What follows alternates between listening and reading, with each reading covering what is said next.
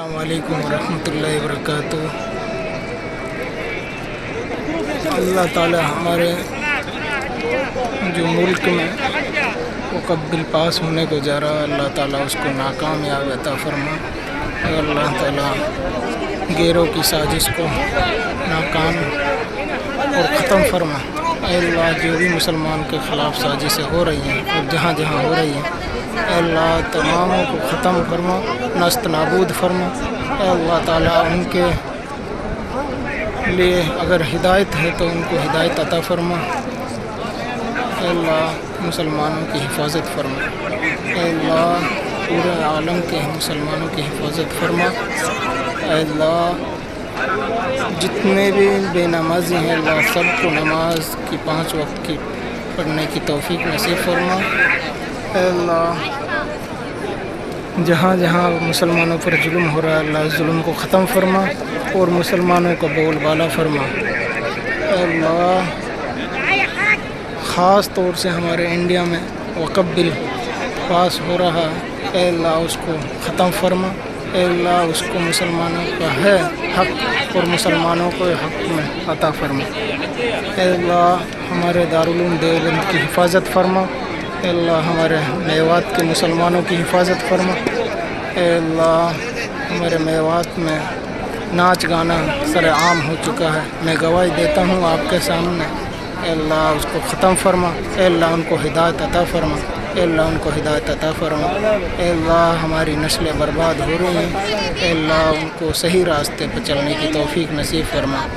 اے اللہ میں کعبہ کے سامنے گواہی دے رہا ہوں کہ اللہ جو بھی یہ بل ہے وقف بل ہے، اے اللہ یہ سازش رچی جا رہی ہے مسلمانوں کے خلاف، اے اللہ یہ مسلمانوں کی جائیداد ہے، اے اللہ اس کو مسلمانوں کے حق میں فیصلہ فرما۔ اے اللہ اس کو ریجیکٹ فرما، اس کو ختم فرما۔ اے اللہ جو ملک میں انتشار پیدا کر رہے ہیں، اللہ ان کو بھی ختم فرما۔ اے اللہ مسلمانوں کو اور غیر مسلموں کو امن چین سے رہنے کی توفیق نصیب فرما۔ اے اللہ ہمارے ہندوستان میں بھائی چارہ قائم فرما اور دائم فرما۔ اے اللہ جیسے پہلے بھائی چارے سے رہتے تھے، اے اللہ اسی طریقے بھائی چارہ امن اور شانتی پیدا فرما۔ اے اللہ جہاں مسلمان پر ظلم ہو رہا ہے، اللہ اس کو ظلم کو ختم فرما۔ اے اللہ ان کو آباد فرما۔ اے اللہ جتنے بھی مسلمان بھائی ناجائز مقدمات میں پھنسے ہوئے ہیں، اے اللہ ان کو بری فرما اور رہا فرما۔